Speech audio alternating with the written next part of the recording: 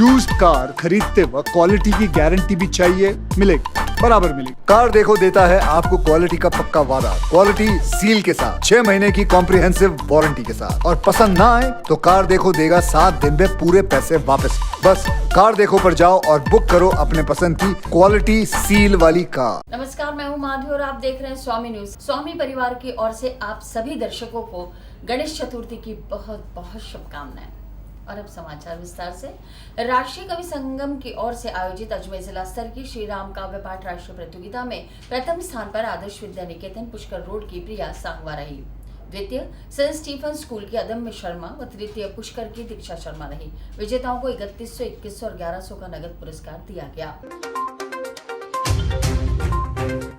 राष्ट्रीय कवि संगम की ओर से आयोजित अजमेर जिला स्तर की श्री राम काव्य पाठ राष्ट्रीय प्रतियोगिता में प्रथम स्थान पर आदर्श विद्या निकेतन पुष्कर रोड की प्रिया सांगवा रही। द्वितीय सेंट स्टीवन स्कूल के अदम्य शर्मा व तृतीय पुष्कर की दीक्षा शर्मा रही। विजेताओं को 3100, 2100 और 1100 का नगद पुरस्कार प्रदान किया गया। संस्था के जिलाध्यक्ष ललित कुमार शर्मा ने बताया कि यह प्रतियोगिता स्वामी कॉम्प्लेक्स में गुरुवार को संपन्न हुई। लगभग 7 घंटे तक चले इस समारोह में सेमीफाइनल और फाइनल प्रतियोगिता आयोजित की गई थी। सेमीफाइनल में 34 प्रतिभागियों ने भाग लिया, जिनमें से फाइनल प्रतियोगिता के लिए 6 का चयन किया गया। इन 6 प्रतिभागियों की फाइनल प्रतियोगिता परिणाम के आधार पर शेष 3 प्रेरणा माहेश्वरी, मधुला वैद, मुकेश आर्य को सांत्वना पुरस्कार प्रदान किया गया। इनके अतिरिक्त प्रोत्साहन पुरस्कार कुमारी भूमिका शर्मा, मान्यता भार्गव, आशिमा मानमल लोढ़ा, शक्ति सिंह, ओपी शर्मा, सुहानी अग्रवाल, मास्टर भाव्यार्थ सिंह चौहान, वेदार्थ सिंह चौहान, किशनगढ़ की आस्था कंवर को प्रदान किया गया। प्रत्येक को 251 रुपये प्रमाण पत्र प्रदान किया गया। 1 से 31 अगस्त तक आयोजित की गई क्वार्टर फाइनल प्रतियोगिता में Maheshwari public school Sophia, Avinash Maheshwari school, Saptak संस्था सहित अन्य 325 प्रतिभागियों ने भाग लिया था। मुख्य अतिथि पुष्कर स्थित शांतानंद उदासीन आश्रम के महंत हनुमान राम साई ने विजेताओं को पुरस्कृत करते हुए कहा कि भगवान श्री राम की महिमा अपरंपार है। मर्यादा पुरुषोत्तम राम की महिमा उदारता, शील और सौंदर्य का वर्णन करने वाली रचनाओं की प्रस्तुति देकर प्रतिभागियों ने श्री राम की साक्षात भक्ति की है। भगवान श्री राम इन पर विशेष कृपा बरसाएंगे। उन्होंने इस प्रतियोगिता के लिए संस्था के पदाधिकारियों की सराहना की। संस्था द्वारा आयोजित कार्यक्रम सिर्फ प्रतियोगिता नहीं, एक सत्संग सा था, जिसका सभी दर्शकों ने भक्ति वक्त आनंद लिया। प्रारंभ में संस्था के उपाध्यक्ष कंवल प्रकाश कृष्णानी ने सभी का स्वागत करते हुए संस्था और प्रतियोगिता की जानकारी दी। संस्था के अध्यक्ष ललित कुमार शर्मा ने आभार व्यक्त करते हुए कहा कि महाकवि चंद्रवरदाई की नगरी में काव्य पाठ के माध्यम से नए उत्साह का संचार हुआ है।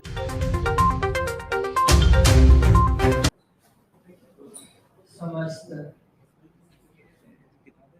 सामान्य मंच जो बच्चे हैं पार्टिसिपेंट्स होते हैं, ठीक है, राम का नाम जो पार्टिसिपेंट्स हैं 34 उनको तो इतना पवित्र और पुनीत है, जजेस को दे देते हैं। और राम के नाम ने तो पुण्य आत्मा तो क्या पापियों को भी तार दिया। और राम सिर्फ त्रेता युग के नहीं है, राम तो कई युगों से अटल ही है।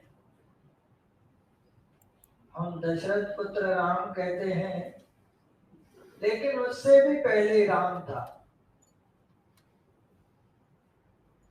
शास्त्रों में आता है, एक राम दशरथ का बेटा, एक राम घट घट में लेटा, एक राम का किया पसारा, एक राम सब ही ते जाना।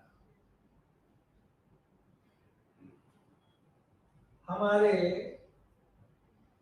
भक्ति मार्ग में एक भक्त हुए हैं भगत नामदेव जी, जिनको शास्त्रों में वर्णित है कि भगत नामदेव जी को भगवान ने 72 बार प्रत्यक्ष दर्शन दिया है। ऐसा कोई भगत नहीं हुआ जिसको प्रत्यक्ष दर्शन एक बार हुआ, लेकिन भगत नामदेव जी को 72 बार प्रत्यक्ष भगवान को दर्शन हुआ।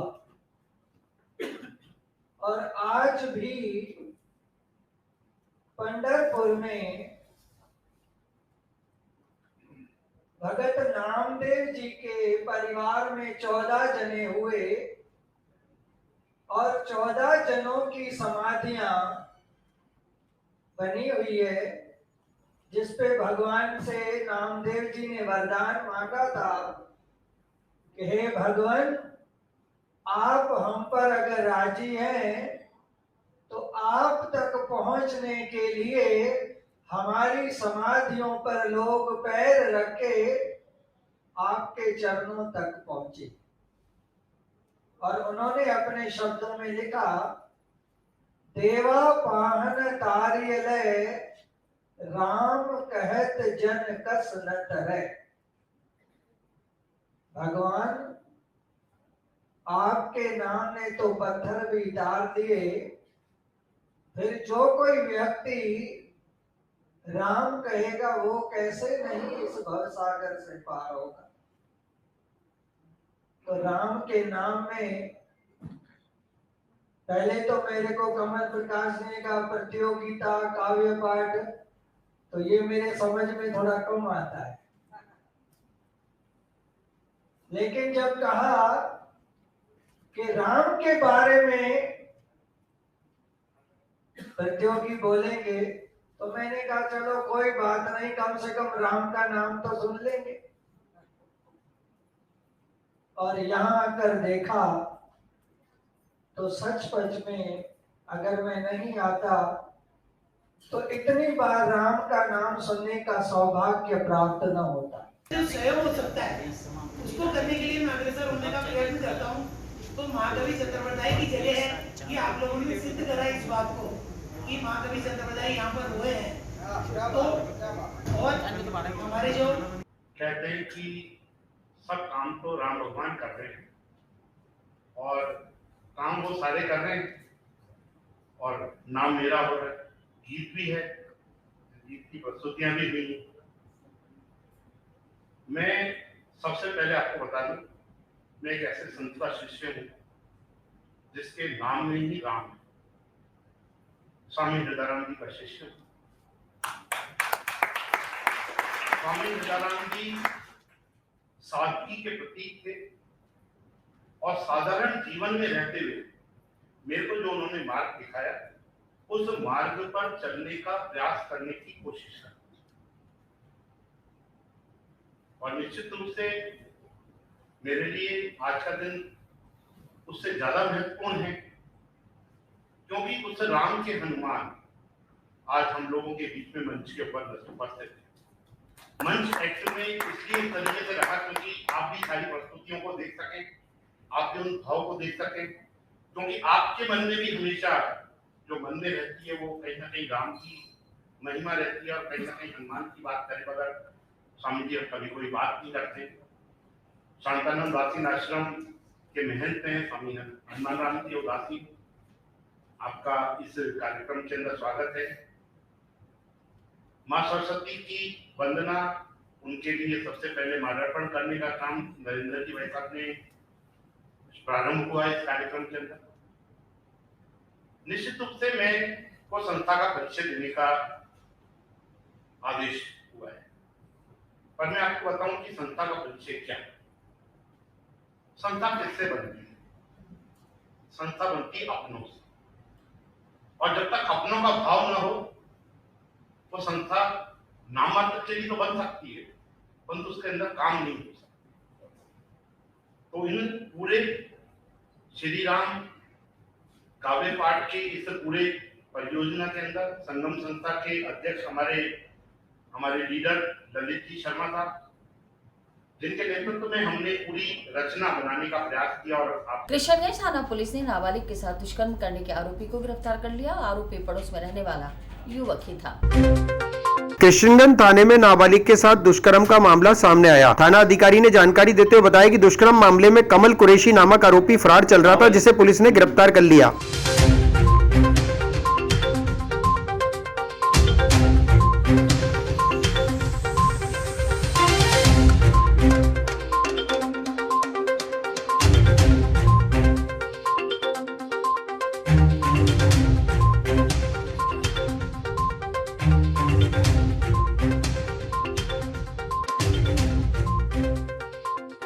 ये नाबालिग से दुष्कर्म का आरोपी है जो पुलिस थाना कृष्णगंज द्वारा गिरफ्तार किया गया। मामला कुछ यूँ था कि परिवादिया ने एक प्रकरण दर्ज करवाया था जिसमें बताया था कि मेरी बेटी है, उनके पास ये आरोपी है, ये लगातार आता है और रात को बहला फुसला करके पीछे का गेट खुलवा करके बार बार इसने दुष्कर्म किया है। इस तरह की रिपोर्ट आई थी जिस पर हमने प्रकरण पंजीबद्ध करके अनुसंधान किया और अनुसंधान और बात पूछताछ के पश्चात आरोपी हैं कमर कुरैशी मुसलमान, उम्र 20 साल, निवासी गली नंबर 1 ईदगाह कॉलोनी, थाना कृष्णगंज को हमने गिरफ्तार किया है। आरोपी से लगातार पूछताछ जारी है कि किस तरीके से और किस तरीके से उसने उस आरोपी को बहला फुसलाया था परिवादी को, और इस प्रकरण का अनुसंधान जारी है। आरोपी को गिरफ्तार कर लिया। अग्रिम अनुसंधान। पुष्कर तीर्थ नगरी में चिकित्सालय के लिए आवंटित भूमि पर लगातार चल रहे विरोध पर मुख्यमंत्री ने संज्ञान लेते हुए 4 सदस्यीय कमेटी का गठन कर तथ्यात्मक रिपोर्ट प्रस्तुत करने के निर्देश दिए। पुष्कर तीर्थ नगरी में 100 बेड के उच्च स्तरीय चिकित्सालय निर्माण हेतु कैचमेंट एरिया और जल भाव क्षेत्र में जमीन आवंटन का विरोध लगातार जारी है।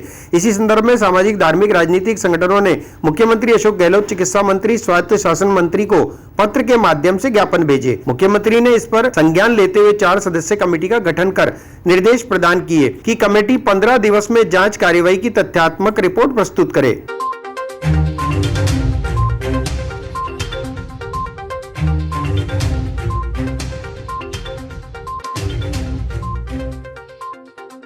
पुष्कर तीर्थ में नवीन चिकित्सालय को लेकर नगरपालिका द्वारा जो पुष्कर सरोवर के कैचमेंट एरिया में भूमि आवंटित की गई थी, उसको लेके पुष्कर के सामाजिक, राजनीतिक और धार्मिक संगठनों में और सामाजिक कार्यकर्ताओं में भारी विरोध था और इसके लिए हमने निरंतर इसका विरोध किया और मानव श्रृंखला बना के पोस्ट कार्ड दे के माननीय मुख्यमंत्री जी का ध्यान आकर्षित किया और उन्हें इस सारी स्थिति के बारे में मांग पत्र देके अवगत कराया। इस पर माननीय मुख्यमंत्री जी ने एक जांच करने के लिए माननीय जिला कलेक्टर महोदय को निर्देशित किया और जिला कलेक्टर महोदय ने इस पर 4 सदस्यीय कमेटी माननीय उपखंड अधिकारी जी महोदय की अध्यक्षता में गठित की और आज उस जांच कमेटी के सामने हम आपत्तिकर्ताओं को बुलाया गया और हमने ठोस सबूत और तथ्यों के साथ में हमारी बात रखी कि जो नवीन चिकित्सालय के लिए भूमि आवंटित की गई है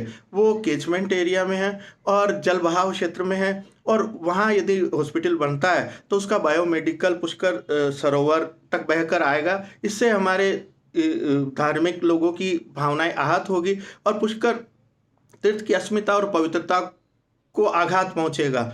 तो आज माननीय उपखंड अधिकारी महोदय ने हमारे सारे सबूतों और तथ्यों को गंभीरता से लिया और उन्होंने आश्वस्त किया कि राज्य सरकार की ओर से ऐसा कोई भी कृत्य नहीं किया जाएगा जिससे पुष्कर तीर्थ की भावनाएं, धार्मिक भावनाएं आहत हो और पुष्कर तीर्थ की अस्मिता और इसके गौरव को कोई आघात पहुंचे।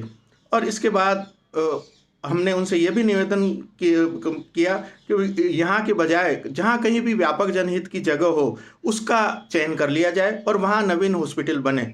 और इसको लेके श्रीमान उपखंड अधिकारी महोदय ने हमारे सभी सदस्यों के साथ बाईपास पर स्थित 2-3 भूमियों का वैकल्पिक चयन के लिए मौका भी देखा और वो दोनों भूमियाँ, तीनों भूमियाँ इतनी बहुउपयोगी है कि आने वाले भविष्य में आबादी विस्तार के रूप में और चाहे आसपास की जनता जिनको अप्रोच करने में, हॉस्पिटल तक अप्रोच करने में उपयोगी साबित होगी, उन जगह का निरीक्षण भी किया और निरीक्षण के बाद माननीय उपखंड अधिकारी ने हमें आश्वस्त किया कि जल्दी ही इस जांच रिपोर्ट का निष्कर्ष और वैकल्पिक भूमि के चयन के संबंध में श्रीमान जिला कलेक्टर महोदय को अवगत करा दिया जाएगा और भविष्य में जो भी निर्णय लेना होगा वो श्रीमान जिला कलेक्टर महोदय और मुख्यमंत्री जी के इस तरह। स्वामी कॉम्प्लेक्स में स्थित बैंक्वेट हॉल में गुरुवार को आयोजित समारोह में नरेंद्र भारद्वाज की पुस्तक आंवले का पेड़ का विमोचन किया गया। यह कहानी कला अंकुर द्वारा आयोजित कहानी प्रतियोगिता में प्रथम स्थान प्राप्त कर चुकी है। नरेंद्र भारद्वाज द्वारा लिखित आंवले का पेड़ किताब का विमोचन किया गया। विमोचन मुख्य अतिथि पुष्कर स्थित शांतानंद उदासीन आश्रम के महंत हनुमान राम साई, स्वामी ग्रुप के सीएमडी कमल प्रकाश कृष्णानी, सप्तक संस्था के संस्थापक ललित कुमार शर्मा, साहित्यकार उमेश चौरासिया व आप हम संस्था के अध्यक्ष विष्णु अवतार भार्गव ने किया। महंत हनुमान राम साई ने कहा कि यह पुस्तक एक कहानी तो है ही, साथ ही भावनाओं का समूह भी है। इसमें व्यक्ति की विभिन्न भावनाओं की अभिव्यक्ति को रेखांकित किया है। जो सराहनीय है। कहानी के जरिए लेखक ने संसार में बढ़ रही वर्तमान भोगवादी जीव प्रणाली, लेकिन लेखक की सरल और सहज माताजी का बच्चों पर कुछ अच्छा और हमेशा ईमानदार बनने का आशीष और सादगी की उपयोगिता पर सरस तरीके से प्रसंग उठाए हैं, जो सराहनीय है।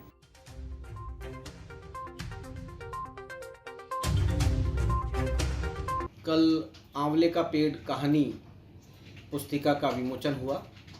महाराज हनुमानंद साई ने उस पुस्तिका का विमोचन किया। साथ में कमल प्रकाश जी कृष्णानी जो स्वामी समूह के एमडी हैं, वो साहित्यकार उमेश जी चौरसिया, सप्तक संस्था के अध्यक्ष संस्थापक अध्यक्ष भाई ललित कुमार जी शर्मा इस कार्यक्रम में थे मेहमानों के रूप में, और बहन पूनम पांडे जी ने संचालन किया था।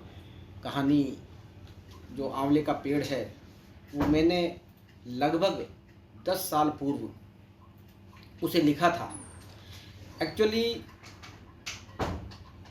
10-15 दिनों तक मेरे दिमाग में कुछ उधेड़-बुन चल रहा था, और उसी दौरान एक दिन मैं रात को लगभग 12:15 बजे बैठा, और जब 2:30 बजे उठा तो ये कहानी तैयार थी।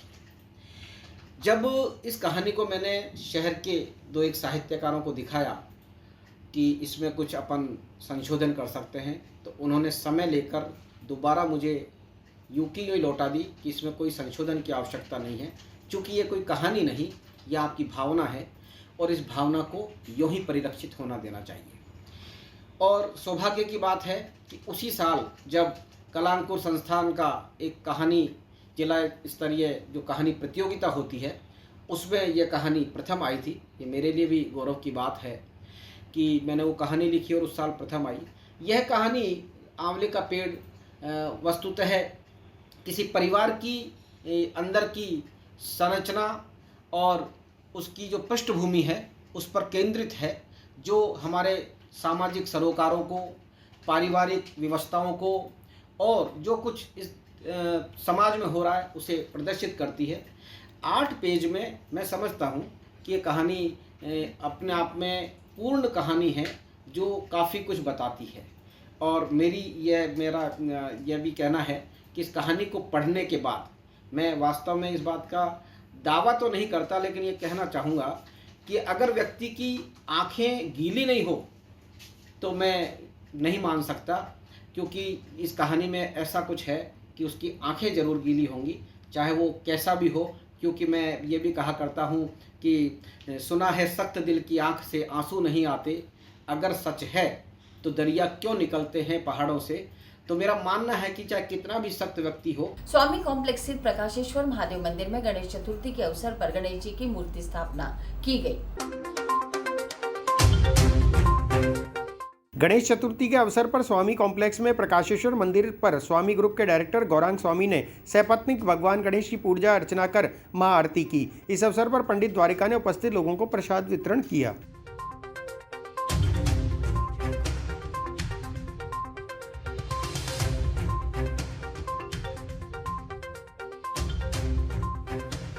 आदर्शनगर थाने में बैंक में नौकरी दिलाने के नाम पर 2.5 लाख रुपए की ठगी का मामला सामने आया है। परिवादी जितेंद्र कुमार ने मनीष गहलोत नामक व्यक्ति पर धोखाधड़ी और पैसे वसूलने का आरोप लगाया। मामला दर्ज कर पुलिस ने जांच शुरू कर दी है। अजमेर में आदर्शनगर थाने में बैंक में नौकरी के नाम पर 2.5 लाख रुपए की ठगी का मामला सामने आया है। सब इंस्पेक्टर कन्हैया लाल ने बताया कि परिवादी जितेंद्र कुमार ने मनीष गहलोत नामक व्यक्ति पर बैंक में नौकरी दिलाने के नाम पर 2.5 लाख वसूलने का आरोप लगाया है। इस संबंध में मामला दर्ज कर जांच की जा रही है। कल दिनांक 9/9/2021 को जरिए डाके इस तरह से प्राप्त हुआ। परिवादी जिसमें परिवादी श्री जितेंद्र कुमार है प्राप्त हुआ, जिसने आरोप लगाया कि श्री मनीष गहलोत जो अपने आप को बैंक के चीफ मैनेजर बताते हुए ये बताया है कि मैं बैंक में नौकरी लगा दूंगा, मेरे को इतने पैसे दिए, और बैंक में नौकरी लगाने के बहाने मेरे से 2.5 लाख रुपए ले लिए। नहीं तो उसने बैंक में नौकरी नहीं लगाई और न मेरे पैसे वापस दिए। इस संबंध में परिवार प्राप्त हुआ था।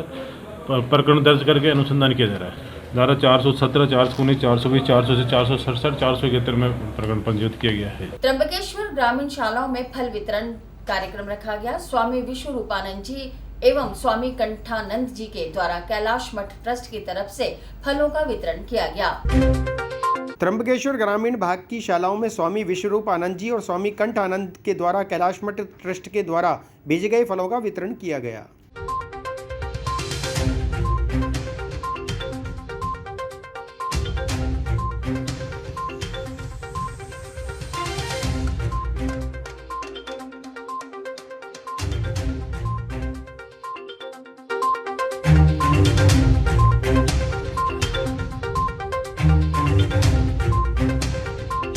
और इसी के साथ ही समाचार बुलेटिन नहीं समाप्त होते हैं। मुझे दीजिए इजाजत, देखते रहें स्वामी न्यूज़।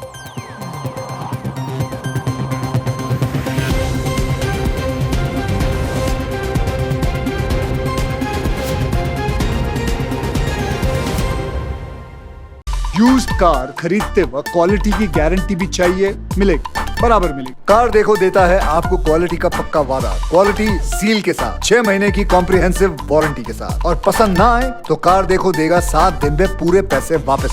बस कार देखो पर जाओ और बुक करो अपने पसंद की क्वालिटी सील वाली कार।